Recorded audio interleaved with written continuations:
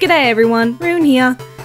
This is a what if inspired by a fanfiction I read a few years ago that I can't remember the name of. What if Sonic, like Shadow, was created by Gerald Robotnik? How would this affect his personality, his relationships, and what would it mean for his battle against Eggman? Well, these are the ideas that I want to explore in this series. First, let's start with the backstory of how both Sonic and Shadow would be creations of Gerald. Gerald, like before, is a scientist for gun.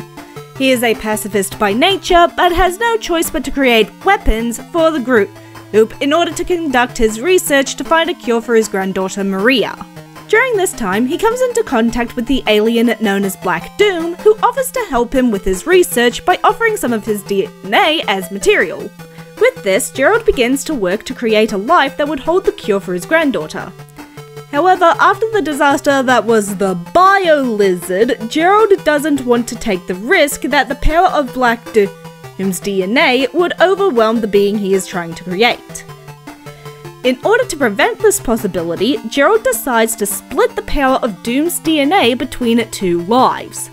One would be the raw chaotic power and control, while the other would hold its speed and potential.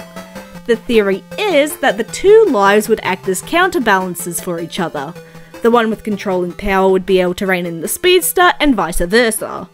Thus, Shadow, the embodiment of power, and Sonic, the embodiment of potential, are born. Both hedgehogs are gifted with high intelligence and given a conscience and free will. Sonic and Shadow would live on the space colony alongside Maria and Gerald, becoming something like a family. Sonic would have been very naive, with Shadow and Maria acting as the older siblings for him, while Sonic would always be the one to drag them into playing whatever silly game he'd made up that day. However, the fear of their creation and their alien origin would still lead to Gun sending soldiers to destroy the facility and capture Gerald. During their escape, Sonic and Shadow would have been forced to watch Maria be gunned down, as she released the pods they were currently in. While Maria had believed that the two of them would end up safe on Earth together, this would sadly not be the case. Originally, for this what if, I was planning on reconciling the confusing inconsistency of human and Sonic characters by giving my own spin on the one world for Sonic where there would be anthro animals and humans, but that got thrown out when I discovered that the two worlds thing, something that I had originally thought was only a theory, was actually canon. So yeah, that's not happening. No, this will be following the two worlds canon. Even though that's really confusing to me, and it means I'm going to have to play loosey-goosey with how the characters go from one world to the other. At least until we get a canon explanation of how that works. Seriously, Sega, a little explanation, please! This is an interesting idea, yeah, but it's so confusing. Anyway!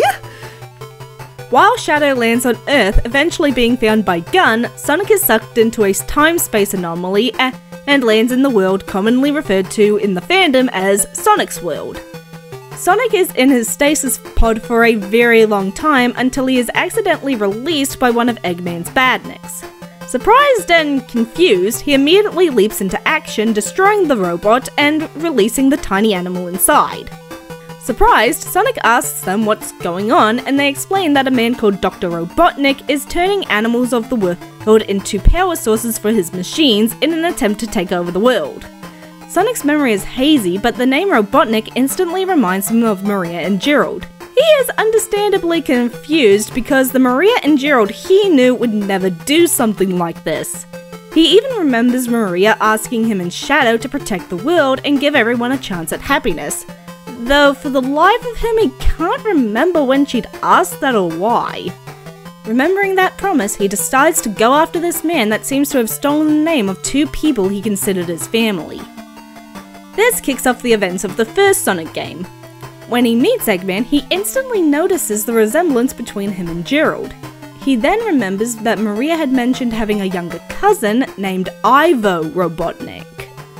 Sonic is not happy to see that the cousin of one so dear to him is causing so much trouble, and so bestows upon him the nickname Dr. Eggman.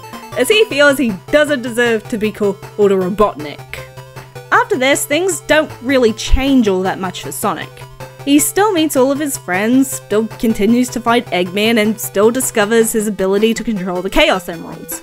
However, unlike the original timeline, Sonic does get the idea that he could use the energy in one emerald for things that don't involve his transformations.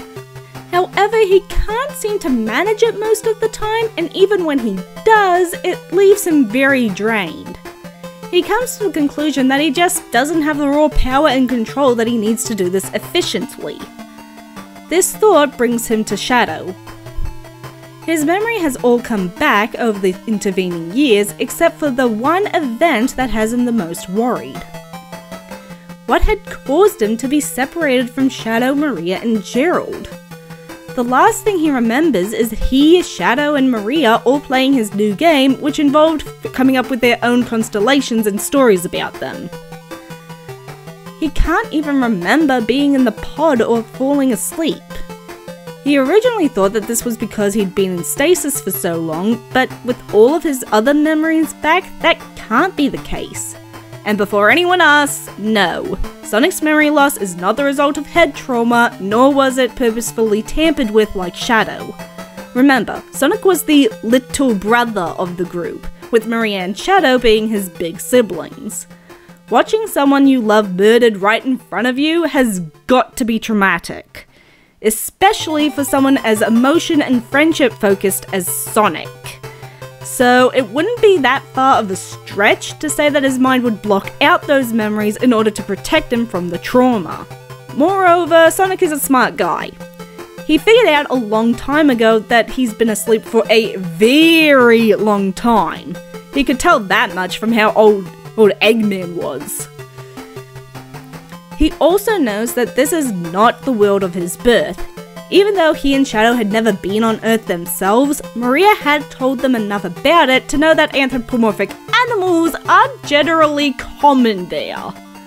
Not to mention that the only human he's seen since waking up is Dr. Eggman. With the massive gap in his memory and the obvious time gap and the obvious location displacement, he can't help but worry about his family back on the Ark. It's clearly been decades, so what could have happened? He has to wonder what they've been up to all these years. Did they find a way to cure Maria? Are they still on the Ark? Are they happy? Are they safe? All these questions are getting him nowhere. With a sigh, he decides it's time to bite the bullet. He needs to find a way to get back home. And that, everyone, is where I'm leaving the story for now. I'm Rune. See you next chapter.